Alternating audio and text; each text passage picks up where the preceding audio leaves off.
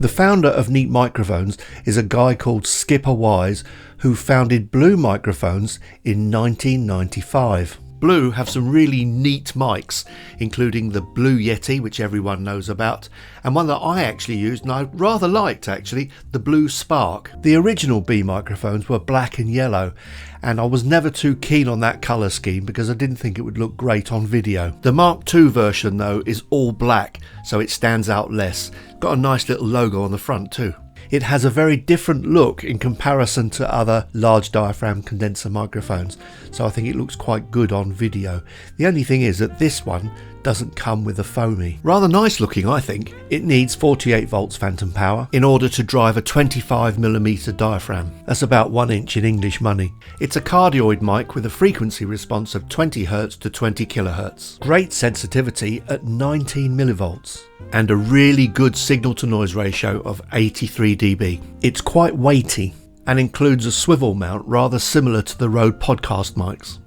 So now I'm going to do a quick test of this microphone in a box room. Bear in mind, I'm in a box room. There's going to be reverberations going on. If this is rejecting the reverberations in this room, it's doing particularly well as a microphone. Most of my other microphones that I have will show that this room is quite reverberant. Although the ear doesn't quite pick it up, microphones do. So this is the microphone at the standard sort of distance, and this is the way I would use it. I wouldn't get too close to this because it doesn't come with a foamy and it's a funny shape, so you'd need an odd shaped foamy, I think, or maybe a normal one would go with the top, but it'd have to be quite big because the dome itself is quite large. But this is the sound of this microphone at a normal speaking distance, and if I go to the side, that's the sound to the side when I'm at the side, and that's the sound at the back. And obviously you can hear that it's a cardioid microphone. When I get further back from this microphone, it's going to pick up the room a little bit more, and I will need to turn up the gain in post. So I'm going to get further back just so you can hear how this room reacts with this microphone. So now I'm quite away from the microphone. I'm about couple of feet, I suppose, couple of feet away from the microphone, and you may well now be more aware of the room. So when I go closer, I'm going to have to turn the volume down, and when I get closer, I'm going to speak very, very low. I'm going to speak across the microphone because you can get plosives on this microphone very, very easily, so you've got to be careful because there's nothing there to protect it. I'll show you what it's like. Peter Piper picked a peck of pickled peppers.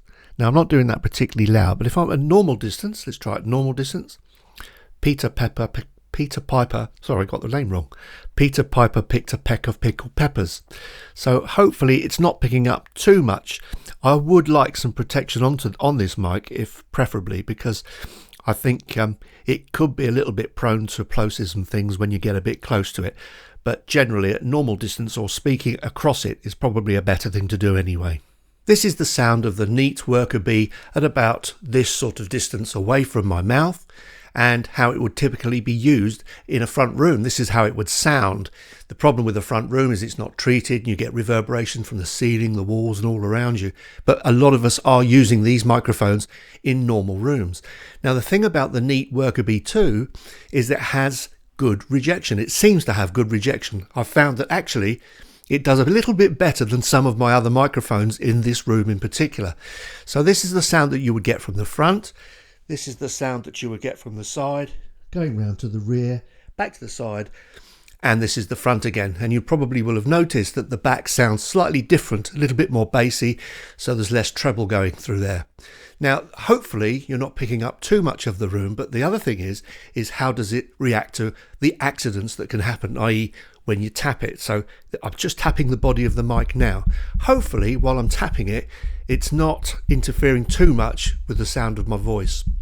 If I tap the top of the capsule, maybe a little bit worse, or the back of it. But accidents generally tend to happen at the bottom by the plug there. That's where you might tap it. The other thing, of course, is it doesn't have a shock mount. It doesn't come with a shock mount, just attached straight to your boom arm. So if I touch the boom arm, that's another accident waiting to happen. You can hear hopefully not too much interference with my speech. If I get further away, further down the boom arm, it hopefully is less. As I get closer to the microphone, it's probably getting louder. And if I then kick the bottom of the the leg of the boom. Now I'm tapping the bottom of it with my foot. Hopefully not too much is coming through. So that's the basic sound of the Neat Worker Bee 2, which I think is actually incredibly good. The last thing, of course, is how much noise does this microphone make? And it's very, very low.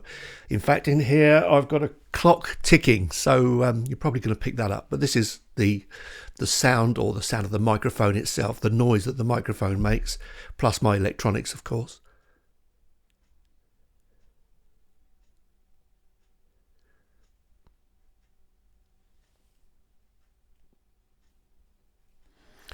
And as you can see, this is a very nice, quiet mic, and it sounds good. Please bear in mind that I'm not showing the microphone in a treated room.